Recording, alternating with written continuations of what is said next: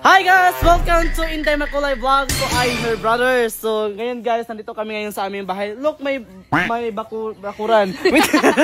So hi guys, for today's video, di mo na ako magbo-voice over. At dahil sumabay sa panahon natin yung init at hindi na umuulan. Today, nagkikrave ako ng pagkain. Minatamis sa kamuting kahoy. So, sa Pulilan or sa city tayo guys pupunta. Yung kamuting kahoy na bibilhin lang natin. Sabahan nyo ako guys kasi dito sa amin guys, nasa harap lang ng bahay namin. Tchereng! Siyempre dahil manguha taglagaraw. Sanay ako sa ganito guys dahil wala. Mahilig lang din talaga magtanim ng mga ganito yung magulang ko. Kaya naman, kapag matyaga ka talaga, may nilaga. Sa harap ng bahay namin, ito yung makikita mo, puro green. Dito may mga more on mga gulay dito. Tapos dito, shout out ko dito sa tatay ko. Ang galing niya guys, tignan niyo yung mga kalamansi namin. No, ang liliit pa, may mga bunga na. Tignan niyo. Diba? So, syempre, bago tayo, hanap tayo ng kamuting kahoy. Pero nagpaalam nun ako sa nanay ko kung pwede. Sabi niya may mga laman na daw to. So, dito tayo banda. Dali. Hindi naman karamihan, pero meron naman. Paano ba ito gagawin? Bunutin mo. Ay, ang laki ng mga ano. Ano tawag dito? Gabi? Bisol yan. Gabi nga. Gabi. Guys, tignan niyo. Yung baba mo. Ayan, ang laki ng gabi. Diba lalaki nila guys? Diba? So, dito tayo. May bayabas. Ay, ang laki ng bayabas. Wait lang. Kukuha lang ako ng bayabas. Mamotag bayabas na kayo na ay hinog na bayabas dayo. Oh, yes. Agatin mo nga kung hinog nga. Hindi mo na makaagat ng maayos eh. Hindi nga kompleto yung ngipin mo. What? Di ako na. Tagas. Ito kaya kasi natumba noon. O wala na siya. Ganun ba yan? Baba! Ayan guys, ayan lang yung bahay namin. Tapos sa harap ng bahay namin, ito na. Diba? So, manguha tayo dito ng kamuting kahoy. Parang gusto ko kasing kumain ng ganun eh. Dahil miss na miss ko na yung mga ganong pagkain dito sa amin. Uy, tapang oh. Galing oh. May laman? Ayun, wow! Tignan nyo guys, ang laki. Diba? Ayan oh, ang laki. Ipatuloy ko na para ano. Dandan. Ala, naputol pa. Lalaki sa umaga, babae sa gabi. Dahil guys, diba? Lalaki niya. Meron na tayo medyo madami-dami na to. Kunti lang naman kami. Hindi naman pambuong barangay yung lulutuin ko. Nasa bakuran lang namin to guys. Tala. Tayo. So guys, syempre bago pala babalatan natin to. Napakadali na itong balatan guys. Ganito lang siya Yan. Iiwain mo lang siya ng ganito. Ganyan. Tapos, gaganyan nyo lang siya. Ayun napakadali ng balatan ito guys. Diba? Tapos yan sa loob na yan. Yan na yung totoo niyang laman. Tingnan nyo guys. Diba? Okay.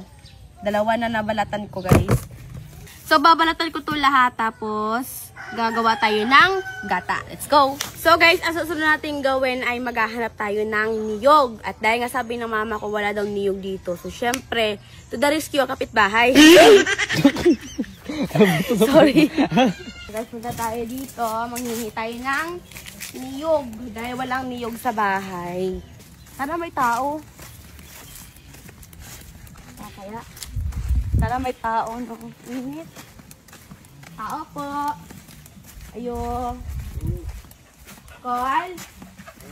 Lawi. Lubi na kadgon. Mga yun ta si mama. Asa? Ano lang, gata na sa kamanting ba? Salamat, call. So guys, nagpaalam na ako. Kita niyo yun, pero dinamay ko yung nanay ko. Ito ba? Okay na yan, dalawa. Huwag ka lang masyadong abusado.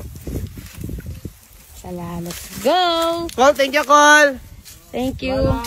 Diba, pati kapitbahay namin nadamay. Bibigyan ko naman siya mamaya paglaluto na yun. Ganun kasi talaga kami dito, bigayan. So, yan na guys. Bibiakin niya yung niyog para makuha niya yung nasa loob. Ano na siya yan? Expired. Professional siya taga ganyan ng lubi. Taga-biak ng lubi. Taga-biak na ng lubi. Paano yung galawan ng babae? Pag lalaki, ganito. Ganyan, lalaki. Oh, sige. Pag babae, ganito yung babae, oh.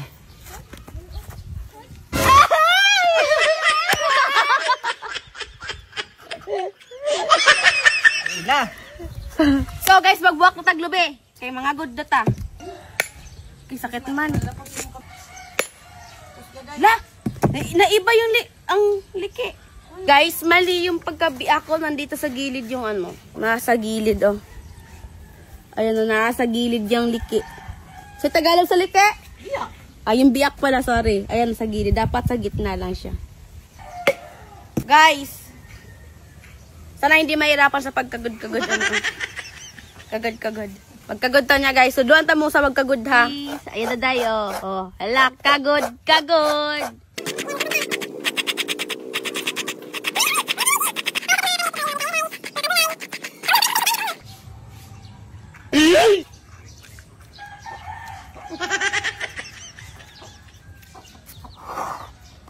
Artiha po kayo makagod eh.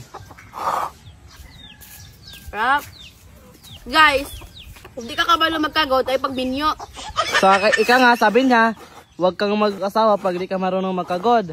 O, tingnan mo, paano to magkagod? Guys, independent woman kasi ako, kaya lahat kaya kong gawin. Kahit gawain ng mga lalaki, kaya kong gawin.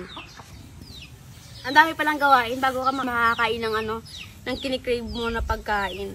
Diba?